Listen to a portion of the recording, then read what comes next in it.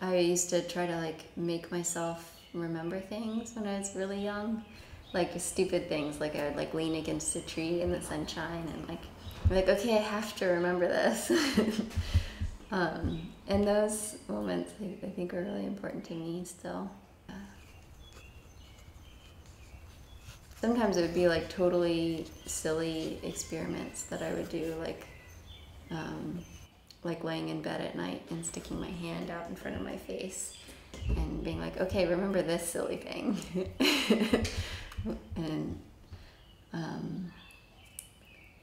And sometimes it was more like unusual situations, like when I really got in trouble for lying or when I was really sad.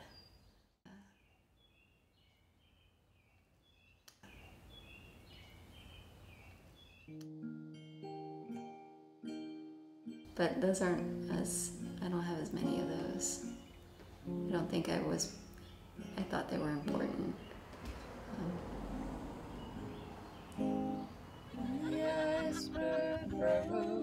I was really nervous and stressed in the past week getting ready, but I feel like kind of like, well, it is what it is at this point.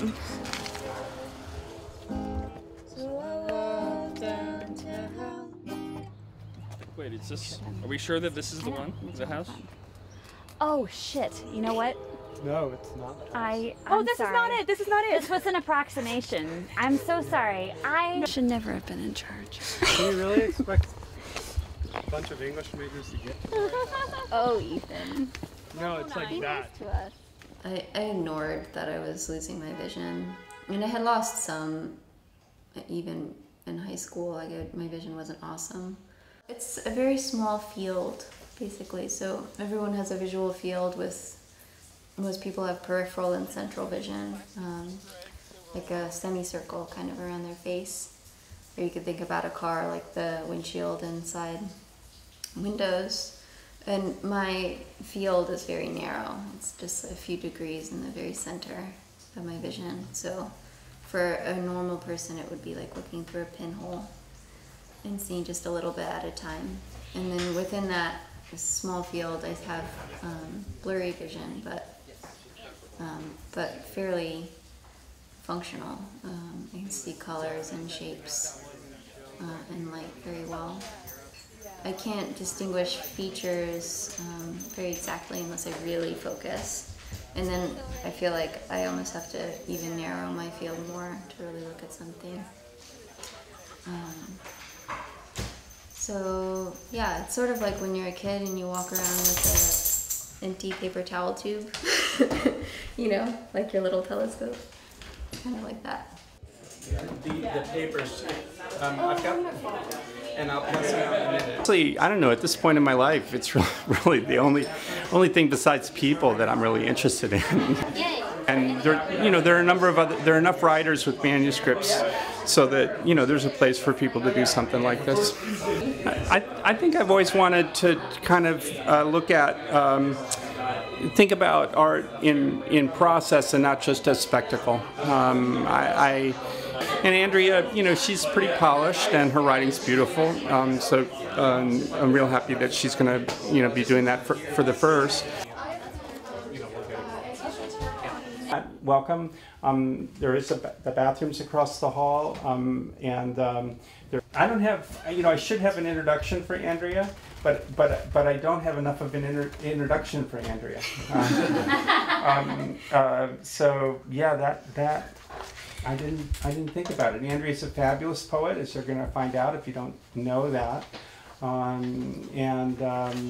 Has been teaching here at Duke and also down at the women's college that starts with an M in Raleigh. Meredith.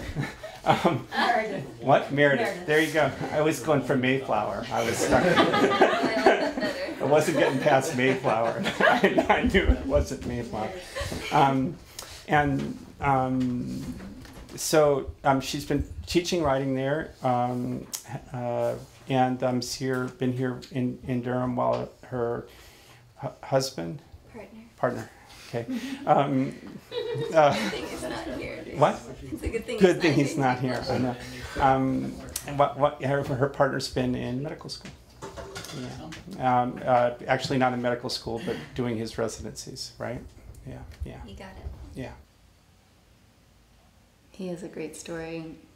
He didn't tell me till a long time later, which was that we lived like a 10-minute walk from each other on campus, and he used to walk over after doing his homework at night, and he told me later that he used to take out his contacts before walking over so that it would, because he has really poor uncorrected vision, so that he could try to imagine what it was like for me. It's really cool. And explains why he was always so sleepy by the time he showed up, because like when he takes his contacts out, he gets really tired. Conditioning. Well, thanks so much for coming.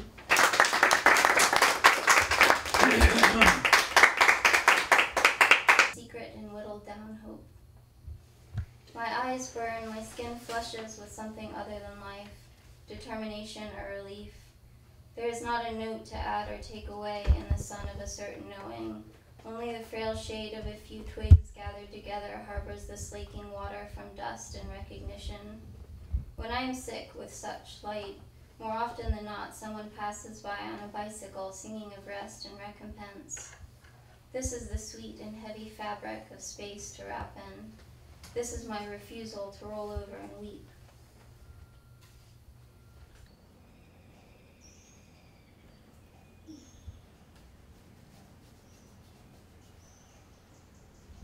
There you go. There's no food on the table for you.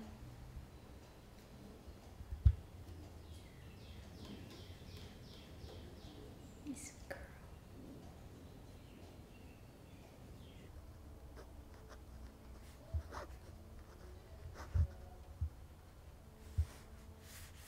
In terms of form, I'm really fascinated by the parable, and sort of mystified by the parable, and I really want to write parables.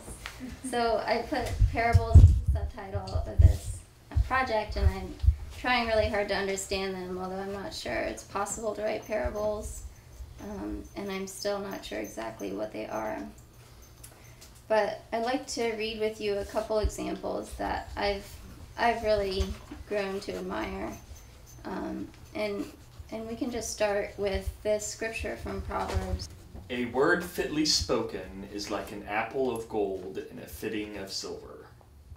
Proverbs 25:11. Maimonides describes the fitting as filigree tracings with small eyelets. When looked at from a distance or with imperfect attention, it is deemed to be an apple of silver. But when a keen-sighted observer looks at it with full attention, its interior becomes clear to him, and he knows that it is of gold. He concludes that parables are similar to these apples in that their external meaning contains wisdom that is useful in many respects, among which is the welfare of human societies. Their internal meaning contains wisdom that is useful for beliefs concerned with the truth as it is. That's wonderful.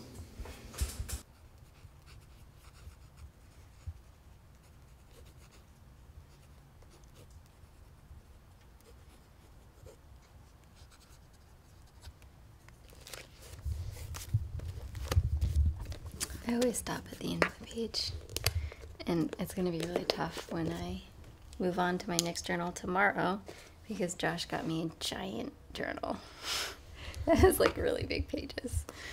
Oh, I have to go for longer. It's like a workout. Like you always work out for 30 minutes or 45 minutes, and then it's over. It's like that, and you always have like a feeling of completeness. This feeling.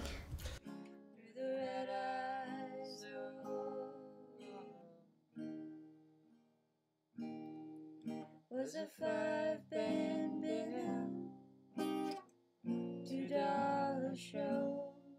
Saw the van out in front from my